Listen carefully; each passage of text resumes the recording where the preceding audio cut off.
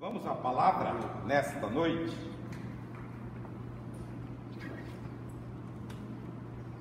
Primeira Pedro, capítulo 2, versículo 9. Texto muito conhecido, todo mundo cita. Nós vamos trabalhar com ele hoje, que Deus tem para falar conosco. Todos acharam amém? Amém.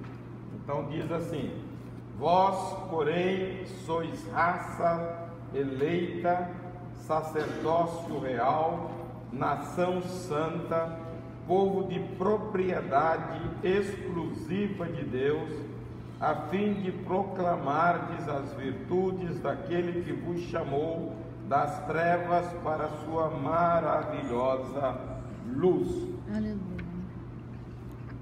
Pedro ele faz uma síntese do nosso chamado. Ele usa uma expressão que está em Isaías, capítulo 43, acho que versículos 20 e 21. Ele fala que nós fomos constituídos por Deus para este louvor. Esse povo que formei para mim, para que me desse louvor. Então esse é o povo. Então Pedro está dizendo que nós somos raça eleita. Esse é o destaque da igreja.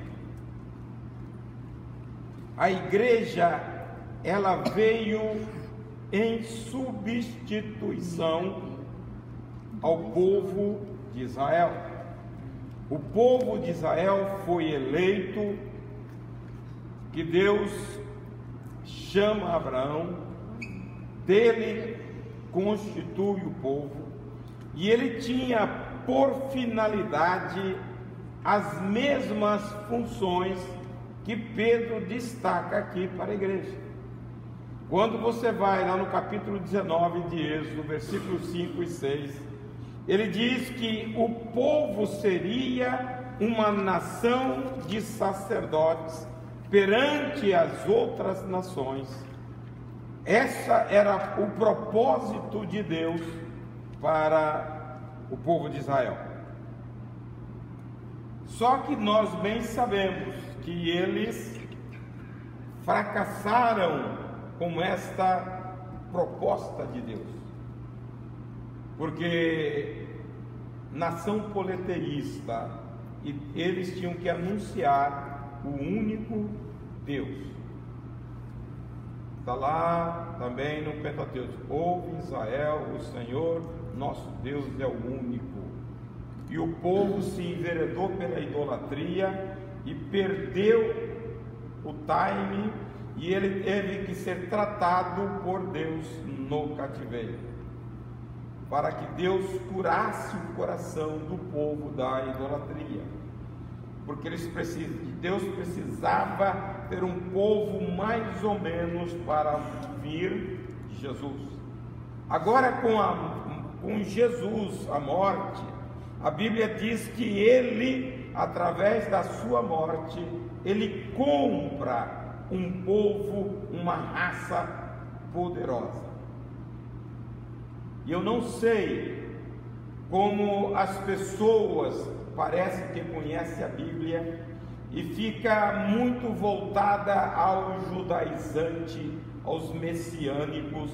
E eu não entendo, irmãos. Nós somos lá na frente, nós somos uma raça eleita. Em nós corre a vida do próprio Deus. Aleluia. Então as pessoas ficam voltadas. Israel terá o seu tempo depois que nós sairmos do cenário.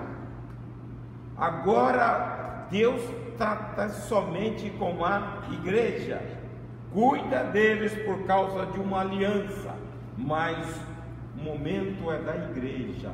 Nós somos a raça de Deus, o povo de Deus, temos a vida de Deus, temos o DNA de Deus. Nós temos que entender a grandeza do nosso chamamento. Foi por isso que Paulo ora por os Efésios, para entender a grandeza daquilo que você é. Você é raça eleita, povo de Deus. Qual foi a nossa compra? Nós somos propriedade de Deus. A Bíblia diz que nós fomos comprados. Está lá em 1 Coríntios 6:20. Foste comprado com um bom preço, portanto glorificai a Deus no vosso corpo. Nós pertencemos ao Senhor. Porque fostes comprados por preço, agora pois glorificai a Deus no vosso corpo. Que pertence ao Senhor. Vosso espírito, os quais pertence ao Senhor. Então nós temos que entender, nós fomos chamados para uma relação particular com o Senhor. Deus chama o povo de Israel de Abraão, e Deus chama a igreja de todas as nações, de todos os povos. Deus vai lá e pinça. Porque eu gosto sempre de estar olhando. Quando nós olhamos a história de Davi com Golias, ele sai para disputar com Golias, ele passa no ribeiro. O texto hebraico, ele para no ribeiro, olha e escolhe 5 pedras. E ele bota aquelas 5 pedras no embornal para lutar com Golias. Quando você olha, quantos bilhões de povos somos nós? Deus faz o mesmo olhar. Ele olha. Deus não lança a mão de qualquer um. Deus olha e escolhe. Nós fomos escolhidos. Aleluia. É um privilégio. Quantas pessoas aí estão perdidas e você foi pinçada pelo Senhor para ser raça eleita dele, para ser sacerdócio real, não apenas o sacerdote que vinha da família de Arão para trabalhar em benefício do povo. Nós somos o sacerdócio real. A Bíblia diz que Jesus é o nosso sumo sacerdote. No versículo 5, leia do capítulo 2, ele fala com o sacerdócio santo. Vós também, como pedras vivas, sois edificado casa espiritual e sacerdócio santo para oferecer sacrifícios espirituais agradáveis a Deus por Jesus Cristo. Nós fomos chamados para oferecer um sacrifício especial de santidade. Só através da santidade nós podemos aproximar de Deus, porque Ele é santo. Então o nosso sacerdócio é um sacerdócio santo, separado. Deus nos chamou para a santidade, para a separação. Por isso que o crente não pode olhar para lá, irmãos. Você tem que ter consciência de quem você é em Cristo Jesus e o chamamento que Deus te deu para não se voltar para o mundo. A Bíblia diz: quem ama o mundo, o amor do Pai não está nele. Está lá em 1 João 2:15. Então eu não posso ter nada do mundo, porque eu fui arrancado de lá. A Bíblia diz que Deus usou o poder para arrancar-nos de lá, tirou-nos do reino das trevas e nos transportou para o reino do Filho do seu amor. É um transporte poderoso, porque nós tínhamos um proprietário, que era o inimigo. Jesus vai lá e saqueia. Então nós somos raça eleita, sacerdócio. Quando você olha o capítulo, você olha Hebreus falando sobre o sacerdote, ele fala que nós temos, por sermos sacerdotes, nós podemos entrar, lê no capítulo 10 de Hebreus, versículo 19 a 25. Todos nós, como sacerdote, podemos entrar diretamente ao trono da graça de Deus. Tendo, pois, irmãos, ousadia para entrar no santuário pelo sangue de Jesus, pelo novo e vivo caminho que ele nos consagrou pelo véu, isto é, pela sua carne. E tendo um grande sacerdote sobre a casa de Deus, cheguemo-nos com verdadeiro coração, em inteira certeza de fé, tendo o coração purificado da má consciência e o corpo lavado com água limpa. Retenhamos firme a confissão da nossa esperança, porque fiel é o que prometeu. Tá bom. Agora veja, o ritual dos hebreus, todos tinham que chegar ao sacerdote, para que ele fosse o intermediário nosso quando tínhamos alguma falta. Hoje nós temos acesso direto. Quem é o nosso mediador? Paulo diz em Timóteo 2:15 que nós temos um único mediador entre Deus e o homem, Jesus Cristo. E aí está dizendo que pelo sangue, o vivo e novo caminho, que através do sangue ele abriu para nós. Hoje você pode entrar. Aleluia, Jesus. Glória a Deus. Sacerdócio real. Ele está à direita de Deus como rei. Tem um texto em Zacarias que fala de Jesus como sacerdote e como rei. Zacarias 6:13. Fala que Jesus é rei e sacerdote. 2:15. Zacarias 6:13. Eu acho que é. Ele mesmo edificará o templo do Senhor e será revestido de glória. Assentar-se-á no seu trono e dominará. E será sacerdote no seu trono e reinará perfeita união. Ele será sacerdote e rei. No capítulo 5 de Apocalipse, versículo 10, a Bíblia diz que ele nos constituiu reis e sacerdotes. Quem achou? Achou aí? Você que é mais rápido aí na Bíblia online, leia aí Apocalipse 1:6 e 5:10. Para o nosso Deus, constituíste reis e sacerdotes e reinados na terra. Tu constituíste rei e sacerdote para o nosso Deus. Esse é o 5:10. É. Por favor. 1:6. 1:6 ela leu. E fez de nós um reino de sacerdotes a fim de servirmos ao seu Deus e Pai. Veja, hoje nós temos este privilégio, nós pertencemos a um reino e nós vamos reinar como ele, vamos ser reis e sacerdotes. Aleluia. Quem é você? A igreja de Cristo, que foi comprada pelo sangue. Por isso que nós somos raça eleita, sacerdócio real. No 5 diz sacerdócio santo.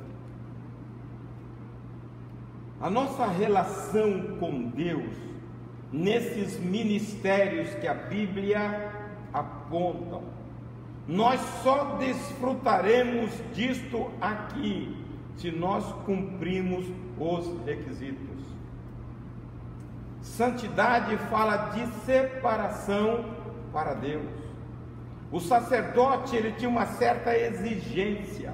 Ele era ungido e ele era separado. Ele tinha um ritual, ele tinha uma roupa própria. Ele não podia se contaminar no exercício da função. Ele não podia tomar nada forte, nenhuma bebida, e ele não poderia ter defeitos.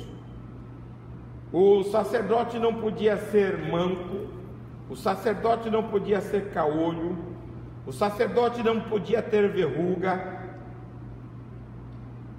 Isso você trazendo para o lado espiritual, nós perante o Senhor não podemos ter defeitos. O sangue de Jesus nos purifica. Quando nós olhamos caolho, aquele que olha o olhar atravessado, o nosso olhar tem que ser límpido para o Senhor. A santidade que Deus exige para a execução do sacerdócio, nós temos que cumprir. Muitas pessoas dizem que Jesus bebeu vinho fermentado. Eu não creio. Por quê? Porque ele veio para cumprir a palavra de Deus. E o sacerdote não podia tomar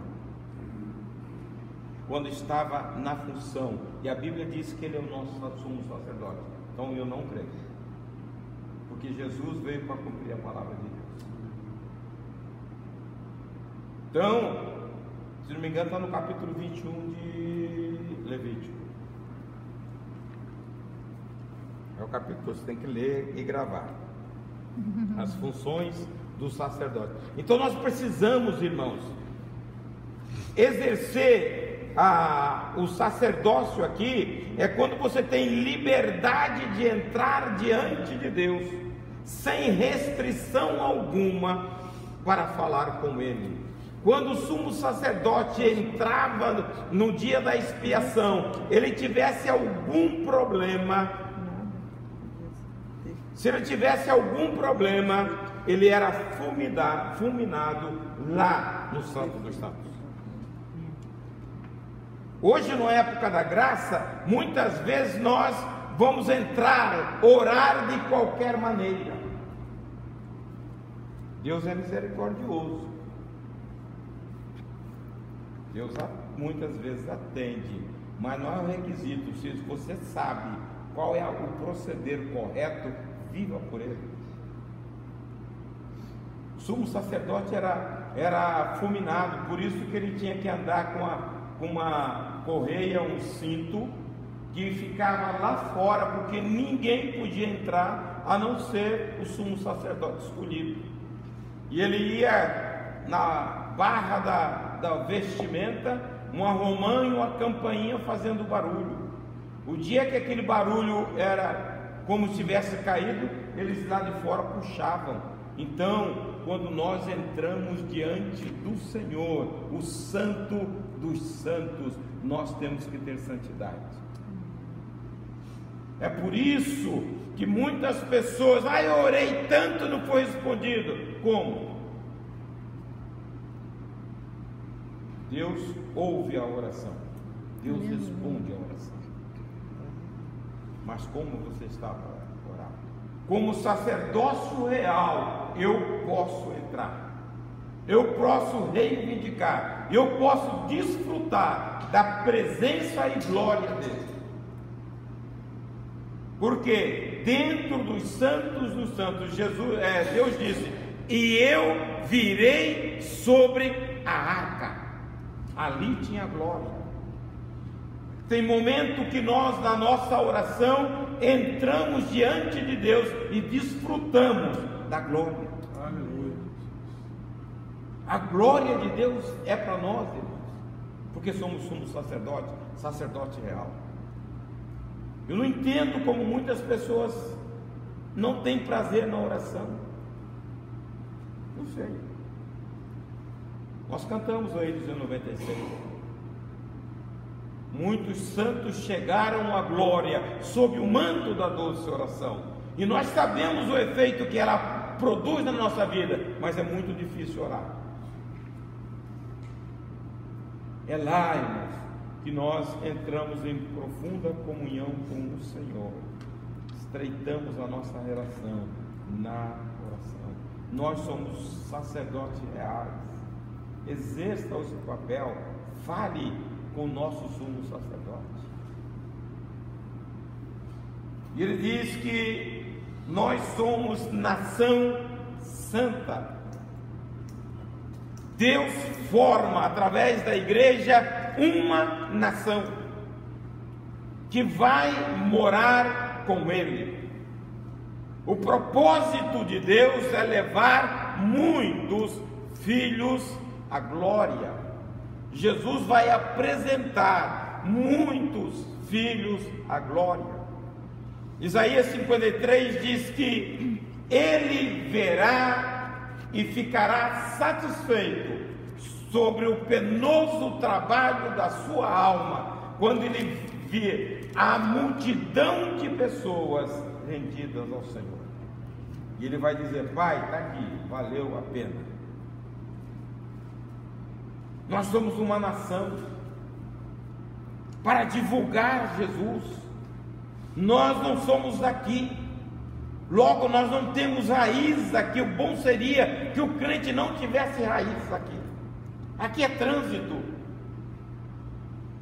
Leia Filipenses 3:20, se não me engano. Paulo diz que a nossa pátria não é aqui. Nós estamos aqui de passagem. Mas a nossa cidade está nos céus, donde também esperamos o Salvador, o Senhor Jesus Cristo. Nós somos transitórios aqui, mas nós nos apegamos às coisas do mundo e deixamos o mundo muitas vezes nos envolver. A hora que você pensa naquilo de grandeza que Deus te dá como uma nação, como um povo, como uma raça, um sacerdócio real, você se desliga. Nós temos coisas melhores. Nós temos que aqui sobreviver. Se você cruzar o braço, você fica. Não pode cruzar o braço, porque a vida é assim. O roldão passa, mas nós temos que priorizar o Senhor. Então, nós somos uma nação santa, uma nação separada. Para o quê? Para servir. Nós somos chamados para servir. Jesus é o nosso modelo. Aí o bicho pega, né? Hoje nós gostamos de conforto, todo mundo gosta. Servir o irmão, servir o necessitado, servir o mais fraco, ser apoio para ele na caminhada, porque nós somos uma nação. Você não pode deixar o irmão para trás. Você tem que orar pelo irmão. Você tem que buscar o irmão. Nós somos chamados para isso. Essa é a nossa chamada. O que você faz no meio dessa nação?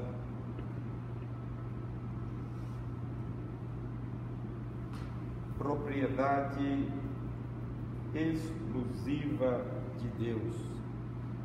Nós temos um chamado. Nós temos um dono. Nós temos que agradar aquele que nos chamou. 1 Coríntios 1:26, Paulo diz sobre o nosso chamado.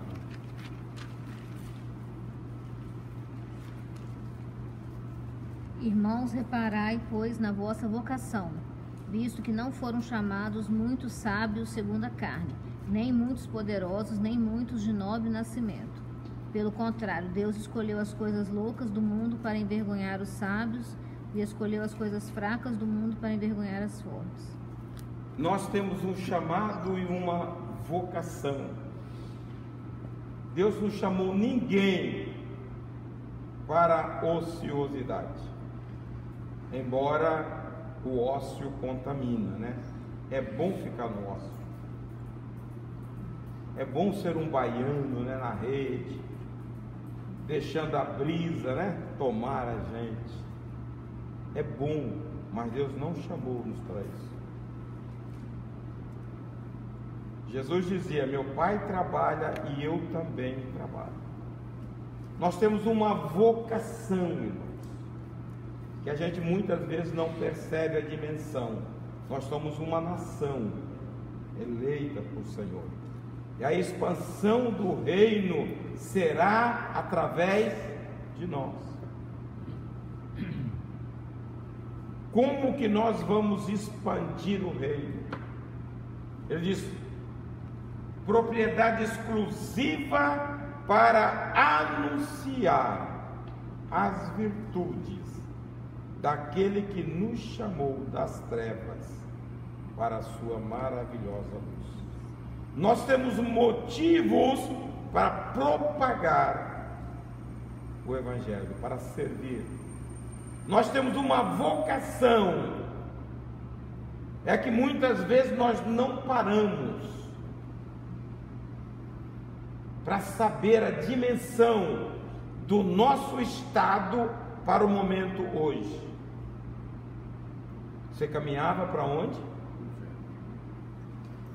E hoje você tem uma certeza de morar com o Senhor na pátria celestial, não tem? Aleluia. Mas é aquele que está ao seu lado, tem a mesma esperança? E por que você omite? E por que você não serve? Nós temos uma vocação. Nós estamos num momento da igreja. Algumas pessoas têm falado comigo, de algumas igrejas aí, irmão, faz seu apelo e está indo 5, 10 pessoas toda semana aceitando Jesus. Mas há uma dificuldade, se vocês notarem, não é só aqui, de salvação. Está difícil, irmãos. Há muita mistura, muitas pessoas convivendo no meio gospel. Mas aquela que o Espírito toca, você evangeliza e ela aceita e se estabelece firme no Senhor, está difícil. Se ainda mais nós, de braços cruzados, como vamos fazer frente? São reinos, o reino da luz contra o reino das trevas. Eles estão no reino das trevas sobre a canga de Satanás. Só quem pode fazer isso é a igreja, a nação santa, a propriedade de Deus, que tem a vida de Deus, a experiência, aquilo que Deus fez na sua vida. Eu estou livre da condenação, eu estou livre do pecado e eu tenho uma pátria. Pastor, eu demorei 7 anos para me converter. Eu já visitava as igrejas evangélicas. O momento pior para mim era na hora do apelo. Dava um negócio assim, constrangedor. Mas é porque é espiritual. Se a igreja, nesses momentos, tivesse consciência de orar, Deus quebrar essas resistências, essas fortalezas, eu creio que ajudava a pessoa que está ali naquela luta. É uma luta. Quando eu fui aqui, aí uma estava pregando sobre Zaqueu. Eu olhei para o lado, Sandra, você vai? A Sandra reta para frente. Mas eu fui tremendo, vim para cá tremendo. Então é muito difícil mesmo. É difícil. É um momento espiritual esse daí. Então a gente tem que ter essa consciência de orar mesmo. Quebrar essas resistências, fortalezas na vida das pessoas. Por isso está sendo dificuldade. A outra coisa fundamental na evangelização, dependência de Deus em oração. Porque reino, irmão, é reino espiritual. Você não vai com a sua eloquência apenas falar. Você tem que ir com a unção do Espírito. Então, a igreja hoje está muito acomodada. Nós estamos falando isso porque nós estamos tentando instalar mais uma vez a casa de paz. Para ver se desperta em nós o desejo. Veja, é um privilégio você ser coparticipante desse mistério de anunciar Jesus. Mas você tem que orar para Deus quebrar as barreiras e para Deus abrir as portas, para anunciar as virtudes. Que virtudes? Aquilo que Deus já fez na sua vida. Você não tinha paz, Deus te deu. Você não tinha alegria, Deus te deu. Você não tinha satisfação, Deus te deu. Você era um cara que reclamava de tudo. Se ainda reclama, precisa chegar aos pés do Senhor. Deus corta, tira essas coisas da gente. Quem aqui não era resmungão?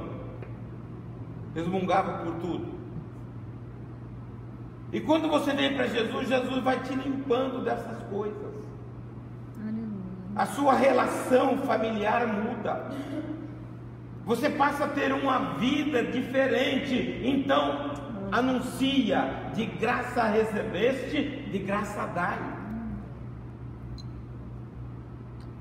Porque nós fomos chamados para isso. Nenhuma vocação. A vocação nossa, irmão, tem tudo a ver com a parábola dos talentos. Cada um de nós recebeu uma porção de Deus. Aquele que recebeu um e sentou em cima, Jesus disse: pegue esse tal, jogue nas trevas, aonde há pranto e ranger de dentes, e tira o seu talento e dê para quem tem 10. Nós precisamos desenvolver. O campo é a nossa escola, o mundo é a nossa escola. Vamos anunciar as virtudes daquele que nos salvou. Nós tínhamos uma condenação, irmãos. É que crente, depois de um certo tempo na igreja, nós habituamos, a gente não para refletir. Nós tínhamos a guilhotina do juízo de Deus na nossa cabeça. E pelo sacrifício de Jesus, por aquilo que nós cremos nele, foi tirado. Você foi absolvido dos seus muitos pecados.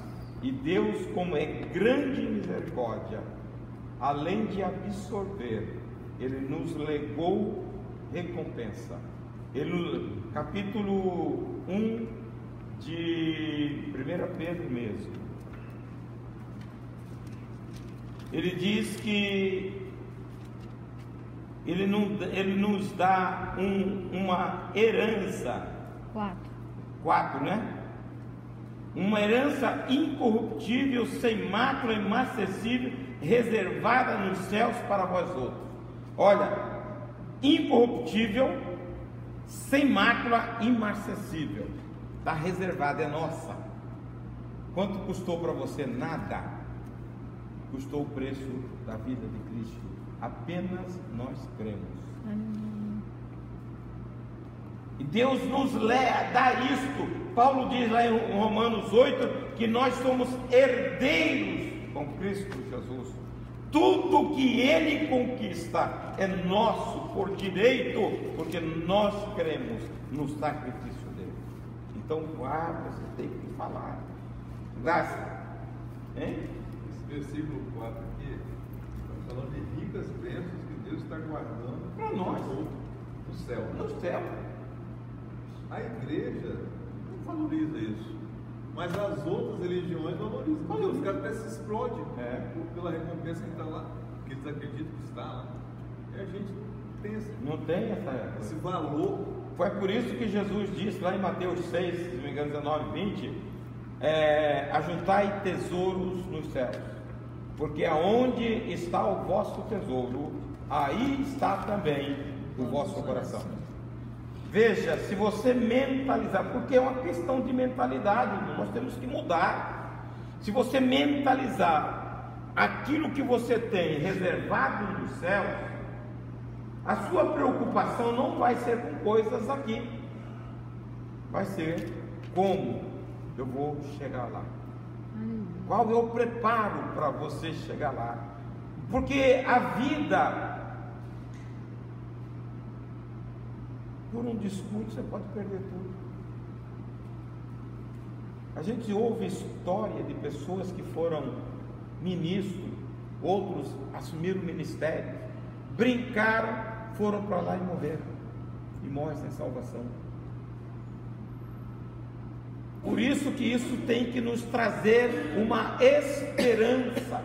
Eu tenho uma herança que está dizendo que é grande, é incomparável, então eu tenho que me firmar para ficar com uma herança. Se você não pensar nisso, é um engano, a autoconfiança falso. É engodo.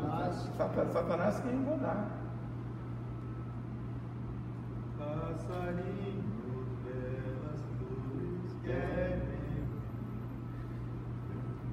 Mas quando você pensa nas riquezas infinitas que Deus tem reservado para nós, e que você vê, irmãos, a riqueza nossa, nós queremos comparar isto que Deus reservou com coisas passageiras aqui.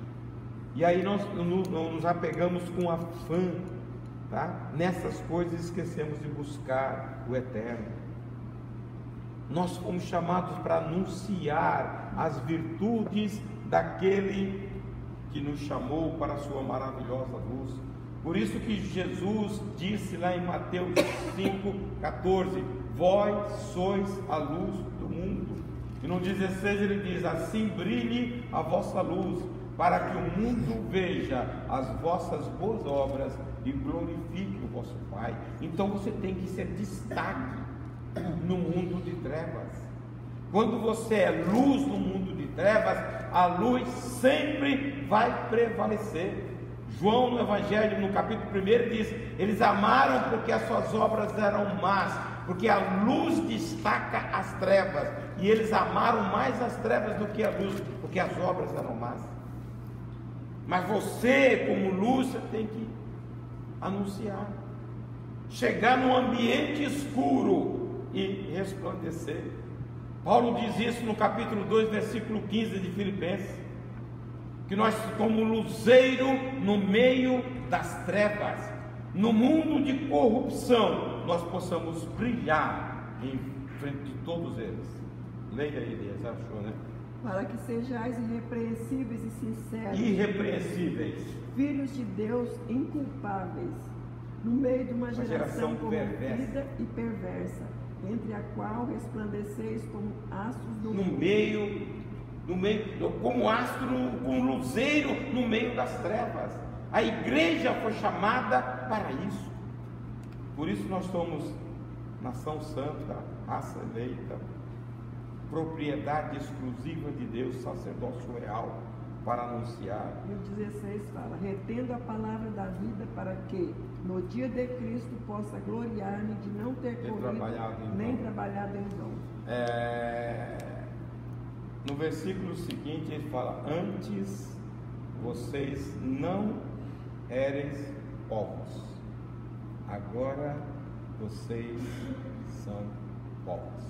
Ele está dizendo que nós não éramos nada, e agora nós somos. Em sequência da 1 Coríntios, que você citou, né? Lá no 27. verso 26 em diante, né, ele fala: né, irmãos, contemplai a vossa vocação, pois não foram convocados muitos sábios de acordo com critérios humanos, nem muitos poderosos, nem tampouco nobres. Pelo contrário, Deus escolheu justamente porque para o mundo é insensatez, para envergonhar os sábios. E escolheu precisamente o que o mundo julga fraco, para ridicularizar o que é forte. Ele escolheu que do ponto de vista do mundo é insignificante, desprezado, e o que nada é, para reduzir a nada o que é. Deus faz isso. Por isso que ele fala: Deus transforma a sabedoria do mundo em loucura. Quando você tem a unção do Espírito, capítulo 7 de Atos, o episódio do Estevão. Estevão, a Bíblia diz no capítulo 6 que ele foi escolhido como diácono porque ele era cheio do Espírito de Deus. E ele se levanta diante de uma plateia de eruditos, e ele começa a fazer uma explanação da nação de Israel desde o cativeiro. E a palavra dele foi tão impactante, tão ungida, que os povos, a multidão via nele o resplendor da glória de Deus, o rosto dele brilhava, e ele não temeu. E a multidão, quando ele não temeu, a Bíblia diz que o povo rangia os dentes e o apedrejaram e ele morreu. Mas ele não se calou, Quantas vezes nós já vimos pessoas analfabetas subir no púlpito sem saber ler, mas citava um versículo e fazer uma grande pregação? E você vê pessoas letradas se rendendo a Jesus. Por quê? Porque as coisas vis Deus eleva. Veja Tiago 2:14, 2 e 5. Ouvi, meus amados irmãos, não escolheu Deus os que para o mundo são pobres, para serem ricos em fé e herdeiros do reino que ele prometeu aos que o amam? Não escolheu Deus o quê? Muitos? Não escolheu os que para o mundo são pobres. São pobres. Mas tornar ricos da herança do Senhor. Herdeiros do reino. Ricos na fé e herdeiros do reino. Do reino. Então a riqueza do crente não se compara com nada que existe aqui. Então você tem base para que falar do Evangelho. Eu sou detentor de uma riqueza. Hoje o império econômico do mundo é os Estados Unidos, a maior economia do planeta. Se os Estados Unidos quebrar, o mundo balança, todo ele balança. Você tem uma riqueza maior, só que muitas vezes a gente não sabe. Balança não, para ele quebrar. Quebra muito. Quebra muito. E nós temos, a Bíblia está falando aí que nós somos ricos em Cristo, nós temos uma herança eterna, nós somos chamados para isso. Só que a gente não valoriza, irmãos. Nós queremos ver as coisas reais, nós não somos deste mundo, nós somos um sacerdote eterno.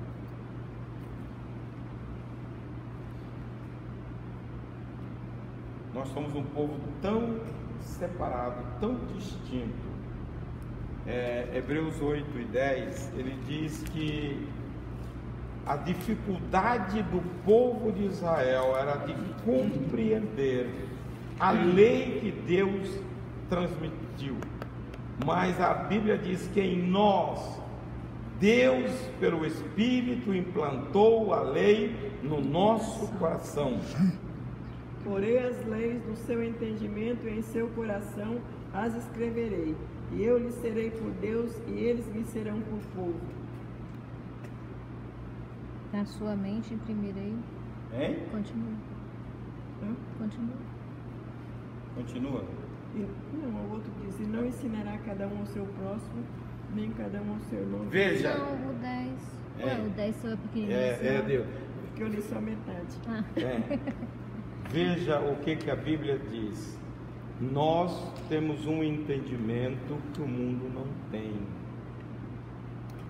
Quando Jesus falava sobre a parábola do semeador, ele falava aos fariseus, aos doutores da lei, através de parábola, e os discípulos questionaram com Jesus: por que vós falais com eles por parábolas, e a nós diferente? Jesus disse: porque a vós é dado conhecer os mistérios do reino. Está lá no capítulo 13 de Mateus, versículo 13. Os mistérios do reino, a eles não. Porque esse povo é aquele que está escrito no profeta Isaías, capítulo 29, 13 também. Esse povo me honra com o coração, mas os seus lábios. Esse povo me honra com os lábios, mas o seu coração está longe de mim. Veja, irmãos, quando Deus escreve no nosso coração a palavra de Deus, ela é escrita com a escrita do Espírito. Ele traz a iluminação para entendimento, irmãos. Qual o tempo que você tem com uma palavra? Qual o tempo que você tem para curtir juntamente com o Espírito para te trazer alegria ao coração. Tem um Salmo 119. O Salmo 119 é muito grande. Quantos versículos tem? 165, né? 176, mas se não me engano é o 97. Ele fala assim: eu amo a tua lei. É 97. Hein? 97. 97, né? É. Quanto eu amo a tua lei, é a minha meditação todo o dia. Quanto eu amo a tua lei, porque ela é a minha meditação todo o dia. Se você não amar a palavra de Deus, você não vai ter de Deus a revelação dele. Tem que buscar a Deus. Por isso que Deus escreve no nosso coração a lei pelo Espírito, para você valorizar o que você tem em Cristo Jesus. Nós somos uma nação, uma raça eleita, uma nação santa, um povo escolhido, propriedade exclusiva de Deus. Nós fomos comprados por Ele. Nós não deveríamos fazer nada, nem pensar nas coisas do mundo, irmãos. Mas eu sei que é difícil. Eu creio na época que Jesus veio e até hoje. Hoje eu não creio. O que é isso? Fé. Fé é uma palavra tão simples, mas é complicado. Tem pessoas que creem em outros deuses, e creem e se apaixonam, e nós temos um conhecimento pela palavra de um Deus vivo, e nós não cremos muitas vezes. Você vê muito crente estimulando a fé dos outros, mas a hora que o negócio passa para o lado dele, ele balança. Hein? Irmão, fica firme, Deus vai te abençoar. A hora que o vento sai de lá e vem para cá, o cara balança. E são essas coisas que muitas vezes dificultam a caminhada. Por quê? Eu já falei isso várias vezes. Porque se um meritíssimo te convocar, você se enquadra para ele. Você tira o celular, você apaga o celular, põe no vibra e pega a melhor roupa, o melhor terno e vai lá. Exatamente, para não atrasar. Aqui é o Rei dos Reis, nós não vemos. A fé é a presença, você traz Deus para a presença. Como nós não queremos viver por fé, Paulo diz em 2 Coríntios 5:7 que nós temos que andar por fé. Você não tem a presença de Deus, você tinha que tremer, em certo sentido, temor e tremer diante de Deus. Aqui para Deus, ó, ele é no final da fila, quando der tempo eu vou. E Deus convoca: olha, eu quero você perto de mim, vai lá, vai cuida. Tudo é questão de fé, tá? Se você tiver fé, a presença de Deus você vê aqui, e aí você se rende. Como desenvolver a fé? Oração? 10 e 17 de Romanos. A fé vem pelo ouvir e ouvir a palavra de Deus. Quanto mais você ama a palavra de Deus, quanto mais você manuseia a palavra de Deus, mais desenvolve a fé. Hein? 11, 100.